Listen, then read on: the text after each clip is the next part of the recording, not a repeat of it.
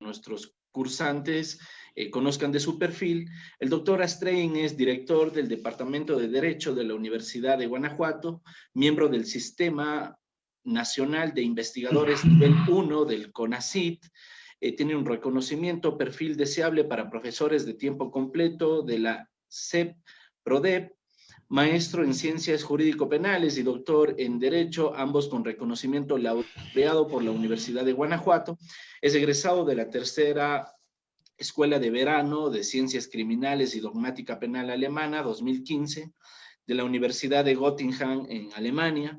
Ha realizado además una estancia postdoctoral en el Centro Didáctico Euroamericano sobre Política Constitucional de la Universidad del Salento en Lecce, Italia. Es profesor de tiempo completo, adscrito al Departamento de Derecho de la Universidad de Guanajuato, exponente, conferencista, comentarista, moderador y expositor en diversos foros académicos desarrollados en diversas instituciones y universidades públicas y privadas de México, España, Francia, Alemania, Ecuador, Chile y Perú. Sus trabajos de investigación han sido publicados tanto en México como en España, Argentina y Alemania. Entre ellas destaca el libro El Derecho Penal del Enemigo en un Estado Constitucional, especial referencia en México, publicado en Madrid por la editorial Marcial Pons. Damos la más cordial bienvenida a nuestro amigo, el doctor Eduardo Astrein, quien nos hablará sobre corrupción y derecho penal del enemigo. Bienvenido, estimado Eduardo. Muchísimas gracias, querido amigo. Muy buenas noches tengan todas y todos ustedes. Es un honor para mí dirigirme de nueva cuenta al foro ecuatoriano en particular y al latinoamericano en general, y por ello quiero agradecer profundamente a nuestro director general de Latin Juris y querido amigo Damián Armijos por siempre invitarnos a compartir algunas reflexiones en torno a problemáticas comunes que nos aquejan en nuestros pueblos de América Latina. Tengo una presentación que me voy a permitir compartirles. Aquí está. Y bueno, ¿por qué hacer referencia al derecho penal del enemigo cuando tratamos el tema de la corrupción? Bueno, pues es indudable que la corrupción es un problema, es uno de los principales problemas que aquejan a las finanzas públicas, creo que no solo en América Latina, sino prácticamente en el mundo entero. Y por ello se han levantado voces para afirmar que a los corruptos se les debe de tratar con mucha mayor severidad que a aquellos individuos que cometen delitos como una especie de desliz reparable, y entonces cada vez son más fuertes las voces. Incluso en este mismo foro se han manifestado pronunciamientos en torno a la necesidad de aplicar un derecho penal mucho más drástico que el tradicional, y es una cuestión que siempre nos genera muchas dudas e inquietudes a los herederos de un derecho penal liberal, a aquellos que defendemos un derecho penal garantista, puesto que de por sí el derecho penal ya es por sí mismo violento, es el recurso más drástico con el que cuenta el Estado, y entonces cuando se empieza a exigir todavía mayor dureza dentro del derecho penal, pues sin lugar a dudas es una llamada de atención para este derecho penal garantista.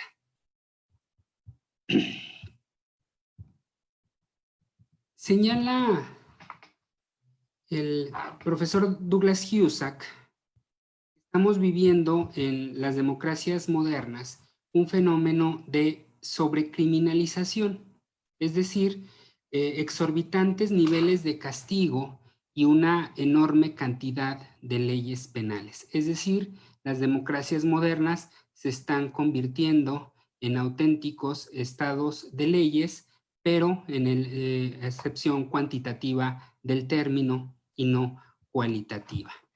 Dice este profesor norteamericano que personas razonables deberían anticipar que niveles tan masivos de penas y leyes penales serán imposibles de justificar. Entonces, es una realidad que en nuestras democracias modernas, pues cada vez se exigen mayores recursos del derecho penal, pretendiendo obtener una supuesta eficiencia hasta el momento no probada y mucho menos lograda. Y uno de esos mecanismos cada vez tienen más seguidores es precisamente la conformación de un régimen penal de excepción dirigido a determinados sectores de la criminalidad y que se caracteriza precisamente por la reducción de los derechos sustantivos, procesales y ejecutivos de los destinatarios de ese régimen de excepción. Doctrinariamente ha sido identificado por el profesor Gunther Jacobs como el derecho penal del enemigo. Sin embargo, me parece que en la actualidad se habla mucho del derecho penal del enemigo sin realmente comprender su esencia, el por qué se pretende justificar un derecho penal de esta naturaleza, y creo que se tiende a frivolizar y entonces pareciera que las propuestas se encaminan a considerar que este tipo de derecho sea la regla y no la excepción. Es decir, empieza a haber una contaminación del derecho penal tradicional por las normas propias de este derecho penal del enemigo. Entonces, en esta tarde-noche quiero compartir algunas reflexiones en torno a este régimen penal de excepción, hacer referencia a sus bases científicas y luego concluir si efectivamente este mecanismo, este régimen especial, pudiera ser una opción viable para resolver el problema de corrupción que tanto nos aqueja a los pueblos de América. El concepto como tal fue formulado por el profesor Jacobs en una ponencia que presentó en el año de 1985 en el Congreso de Penalistas de Frankfurt, y a esta ponencia la denominó criminalización en el estadio previo a la lesión a un bien jurídico. Tradicionalmente las barreras punitivas se encuentran en los actos ejecutivos y nosotros recordamos un poco el iter criminis. En la fase externa encontramos diversas etapas como son la manifestación, los actos preparatorios, los actos ejecutivos. Las barreras punitivas tradicionalmente se encuentran precisamente en los actos ejecutivos, de tal manera que se empieza a criminalizar cuando se pone en peligro el bien jurídico, es decir, queda en tentativa el hecho realizado, o bien se lesiona el bien jurídico y entonces hablamos de una consumación. Sin embargo, en esta ponencia de 1985, Jacobs identificaba algunos tipos penales contenidos en el Código Penal alemán que no eran propios de el Código Penal alemán, sino que encontrábamos en la mayoría de las democracias modernas. Casos en los que se adelantaban las barreras punitivas a actos preparatorios o bien también al caso de meras manifestaciones. Y entonces parecía que Jacobs quería ser un poco crítico a esta anticipación de las barreras punitivas, puesto que habrá que recordar que Jacobs ha sido uno de los principales críticos a la función protectora del derecho penal. Jacobs afirma que el derecho penal no protege bienes jurídicos y entonces, cuando hacía referencia a esta anticipación de punibilidad, pues parecía que efectivamente en estos casos el legislador efectivamente hacía prevalecer la protección de bienes jurídicos en perjuicio de las libertades de los gobernados. Y entonces señalaba Jacobs en esta ponencia que cuando el legislador anticipa la punibilidad previo al estadio de lesión, el autor no tiene ninguna esfera privada, ningún ámbito para una conducta todavía no socialmente relevante. Solo es fuente de peligro o, con otras palabras, enemigo del bien jurídico. Y entonces, el planteamiento original del derecho penal del enemigo planteaba que este sujeto peligroso, frente al cual se actuaba ante las primeras manifestaciones de peligrosidad, era visto por el ordenamiento jurídico penal como un enemigo del bien jurídico, no un enemigo del Estado. Esta consideración sería parte de la evolución del pensamiento jacobsiano. Perdón. Y en esta misma ponencia, Jacobs señalaba que a la definición de autor como enemigo, según la cual se podrían combatir los más tempranos signos de peligrosidad, se iba a contraponer una definición de autor como ciudadano. Y entonces encontraba el profesor Jacobs en el mismo ordenamiento penal dos tendencias.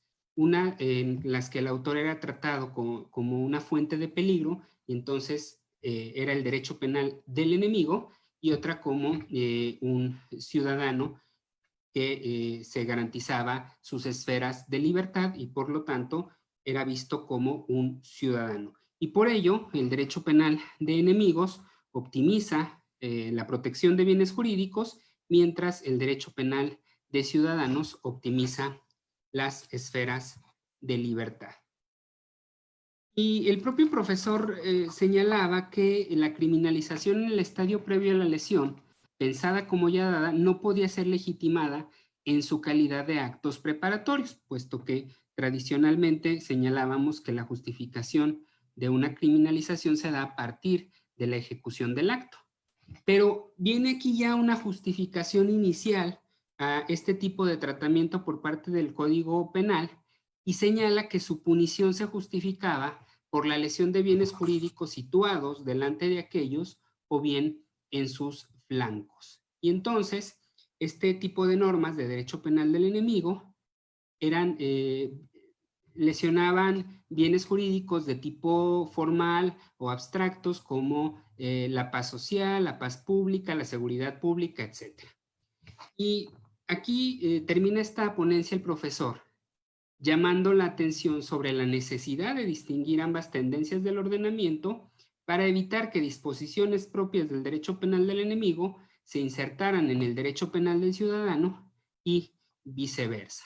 Y por ello decía que los preceptos correspondientes del derecho penal del enemigo tenían que ser separados estrictamente del derecho penal del ciudadano. Y entonces aquí vemos en este planteamiento inicial eminentemente descriptivo, pues también una toma de postura por parte del profesor Jacobs.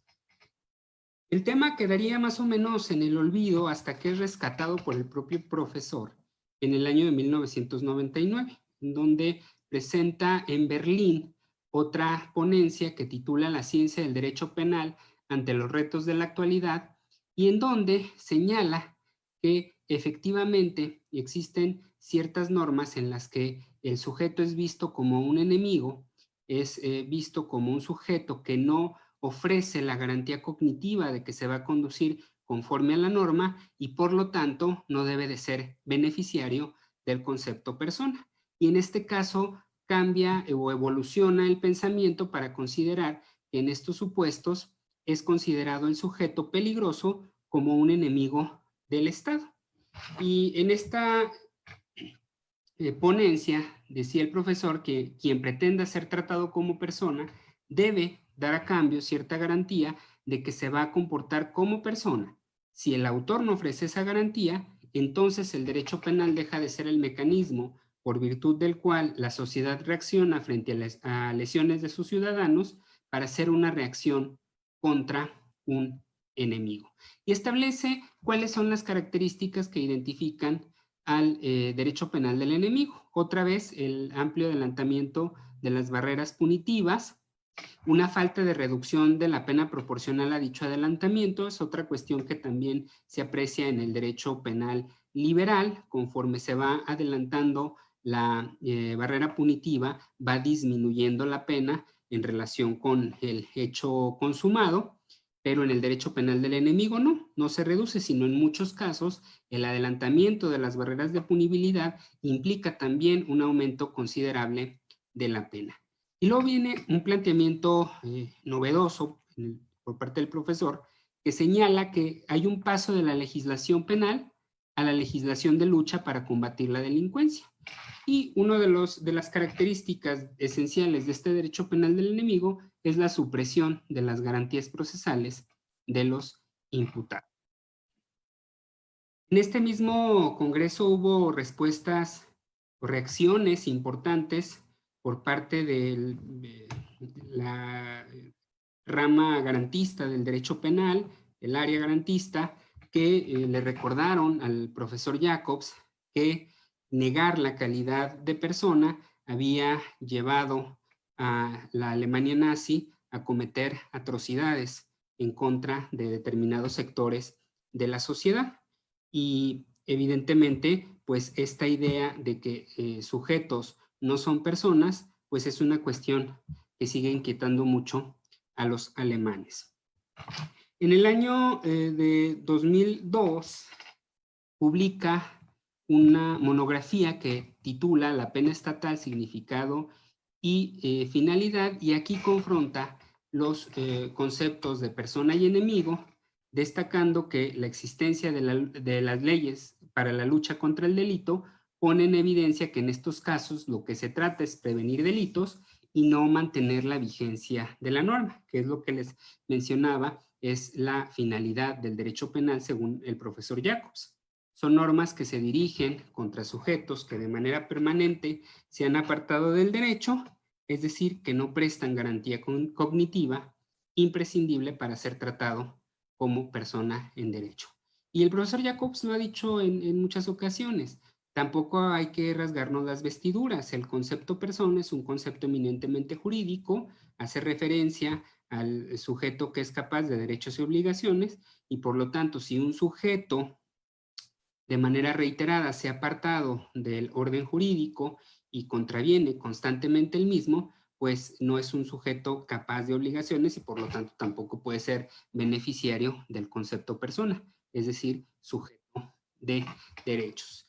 Y por esto se despersonaliza jurídicamente al enemigo, pero esta despersonalización solamente es parcial, pues únicamente es tratado como enemigo por el ordenamiento jurídico penal y en los demás ámbitos sociales mantiene su estatus de persona y por ende no se le pueden violentar sus derechos relativos a integridad corporal, propiedad, etc. En otra monografía que denomina Derecho Penal del Enemigo y Derecho Penal del Ciudadano, pues reafirma todos estos conceptos, identifica los dos polos o tendencias en el derecho penal, el derecho penal del ciudadano que pretende confirmar la vigencia de la norma a través de la pena y el derecho penal del enemigo que combate la peligrosidad de sujetos que no son considerados como personas en el estadio previo a la lesión a un bien jurídico. Decía el profesor que el verdadero riesgo del derecho penal del enemigo es que se empiece a mezclar con el derecho penal del ciudadano y por eso parece ser que esto sería como lo verdaderamente bondadoso del derecho penal del enemigo. O sea, un derecho penal del enemigo claramente delimitado es menos peligroso desde la perspectiva del Estado de Derecho que entremezclar todo el derecho penal con fragmentos de regulaciones propias del derecho penal del enemigo. Y eso es lo que está pasando en la actualidad. Creo que lo que señalaba Jacobs a principios del presente siglo vino a actualizarse en el desarrollo del mismo. Estamos viendo que cada vez más normas del derecho penal del enemigo empiezan a contaminar al llamado derecho penal del ciudadano, pero no solo eso, sino que otras ramas de la juridicidad también pretenden una eficientización a costa de los derechos humanos. En México, pues es evidente que este derecho penal del enemigo se encuentra muy presente en una gran cantidad de leyes penales, incluso a rango constitucional, que es lo más preocupante. Estamos penalizando la Constitución en vez de constitucionalizar al derecho penal. En el 8º párrafo del artículo 16 constitucional se llega a definir lo que es delincuencia organizada, prácticamente un tipo penal al cual solamente le falta la punibilidad. Y dice este 8º párrafo: por delincuencia organizada se entiende una organización de hecho de 3 o más personas para cometer delitos en forma permanente o reiterada en los términos de la ley de la materia.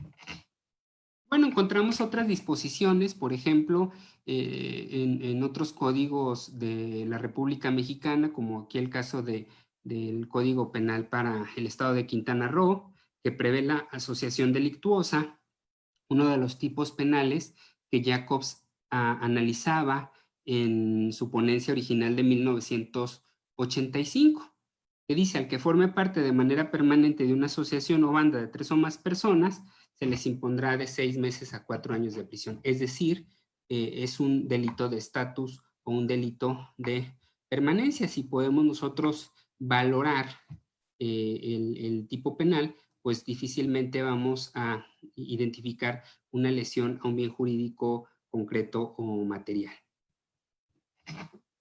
También pues se ha ido configurando un derecho penal de emergencia, que son leyes penales especiales que tienden a resolver una problemática que se considera de emergencia.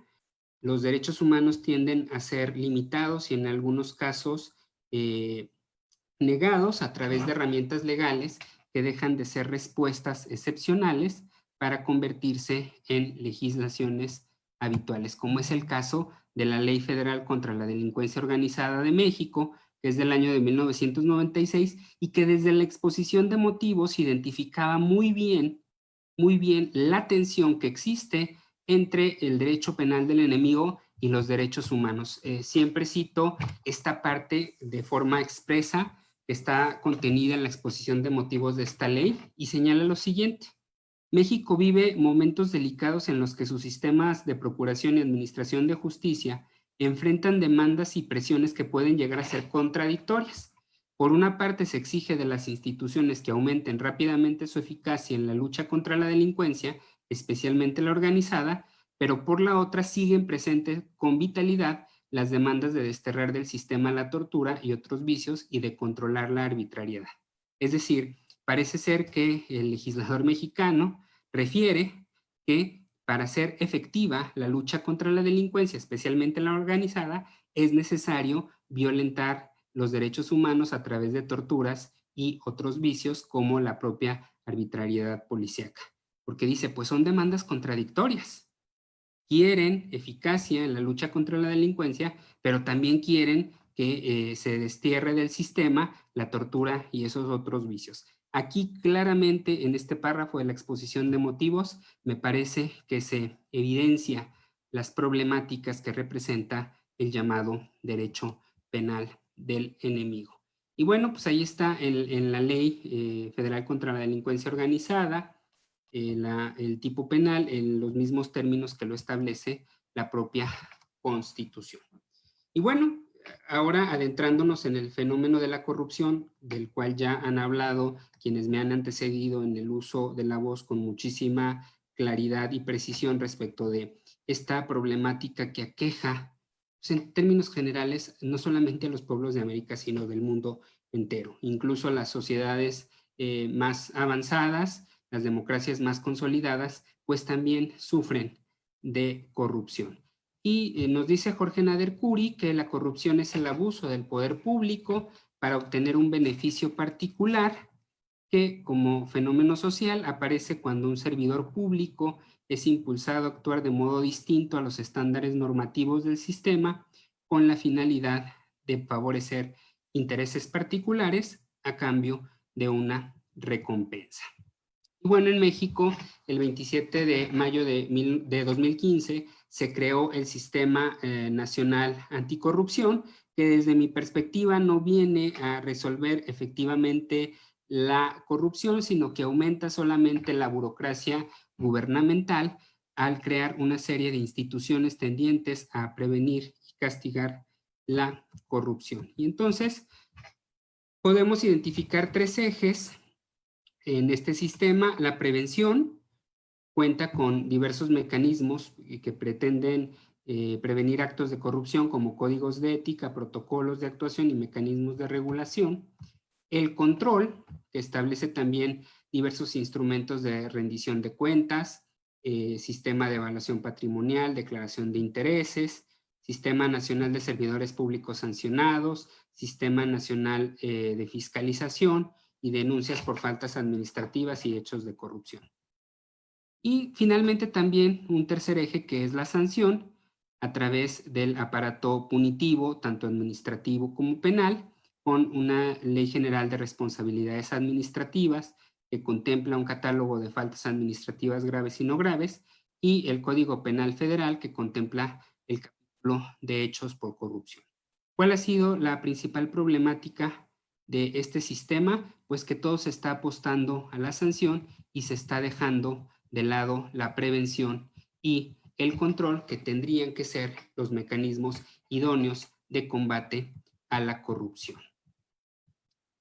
Bueno, pues también este sistema, como lo señalaba, pues tiene su fundamento constitucional, desde luego también en lo relacionado a las sanciones, y por eso el artículo 109 constitucional, en su fracción segunda, señala que los servidores públicos y particulares que incurran en responsabilidad frente al Estado serán sancionados por la comisión de delitos por parte de cualquier servidor público o particulares que incurran en hechos de corrupción en términos de la legislación penal aplicable. Y luego también, en esto que yo les señalaba, la penalización de la Constitución, pues hace una regulación expresa al enriquecimiento ilícito y señala que la característica fundamental va a ser el aumento del patrimonio del servidor público cuya procedencia ilícita no puede justificar.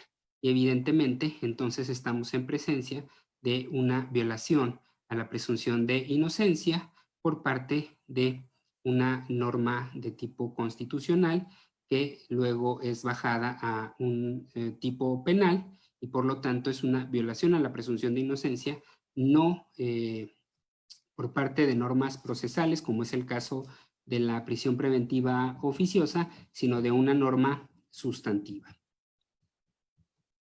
Y bueno, pues también ahí está, en términos de la Constitución, el tipo penal de enriquecimiento ilícito, que insisto, se contempla que existe enriquecimiento ilícito cuando el servidor público no puede acreditar el legítimo aumento de su patrimonio, y entonces hay una reversión de la carga de la prueba.